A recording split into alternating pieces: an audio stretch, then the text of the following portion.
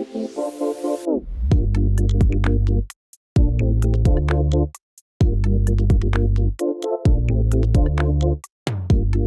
do we have an exciting keyboard with us today. This is the Monstargear XO K80, a relatively affordable custom TKL keyboard. If you want a keyboard this size with a very nice sound profile, in my opinion, not to mention the fact that it is actually in stock right now, keep on watching this review of the K80.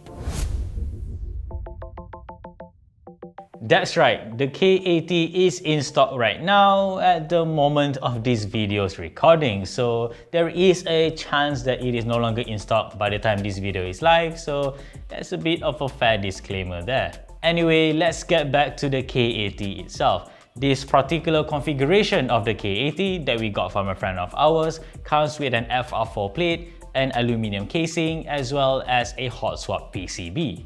In terms of pricing of the K80, there's actually a very interesting story. The thing is, this is actually considered a B stock because the color matching of the top and bottom casing are not the same. But if you ask us, at least with this black model, we honestly can't tell the difference.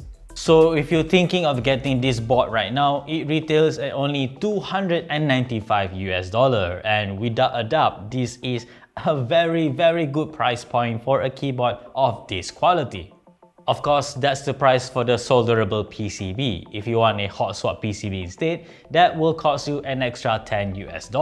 Now let's get to the positives of the Monstargear K80. First of all, it has a very nice sound profile. Do keep in mind that this is actually a gasket-mounted configuration because the friend of ours got the gasket kit. By default, it is only a sandwich mount keyboard. So thanks to the fact that this is a gasket-mounted keyboard, it has a very nice, very clean sound profile, although it is a little bit more clacky than talky.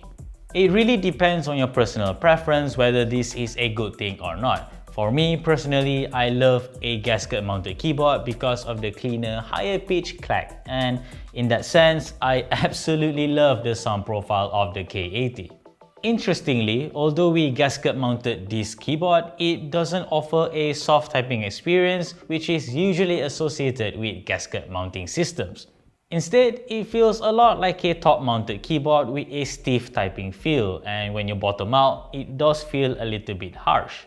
But again, depending on your personal preference, this is a good or bad thing. For me personally, I quite like it actually, to my surprise. The typing experience feels very controlled and not loose like my own personal KBD 67 Lite. But that is a far more affordable keyboard, so it is not fair to compare it to this keyboard. Another aspect of the K80 that I really like is its build quality. Completely built up, this keyboard weighs approximately 3.1 kg, and without a doubt, this is a very heavy board. But the heavy weight of the keyboard does add to the premium feel of the K80 in my opinion, and aside from that, the machining of the keyboard is also quite good. It feels very nice, very premium, though the edges are a little bit sharp on top, but it's not a big issue in my opinion. Next, we have the negatives of the K80. As I've mentioned before, this has a stiff typing experience, and although I personally don't quite mind it, I am sure there are folks out there who would want a softer typing experience, especially if they plan to gasket mount this keyboard instead of the default sandwich mounting system. The design of the K80 is also not my favorite aspect of this keyboard. The thing is, it has such a pedestrian looking design to the point that if you just take the top picture of this keyboard, you just go to the internet and you'll find another custom keyboard that looks exactly the same. Okay, maybe not exactly the same, but you get my point.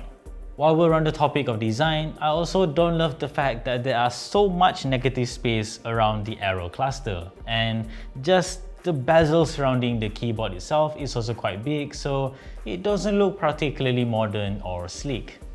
One last complaint about the design.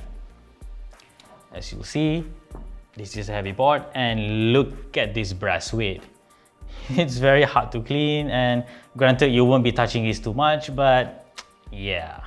But that's really about it. Aside from the stiff typing experience and the fact that it looks a little bit boring, there's really not much that you can fault the K80 on. After all, for only $295 the fact that I'm getting all of these features, the sound profile, the gasket mounting system, it's just a very good TKL custom keyboard. But keep in mind that to get the gasket kit, it will cost you an additional $15. Yeah.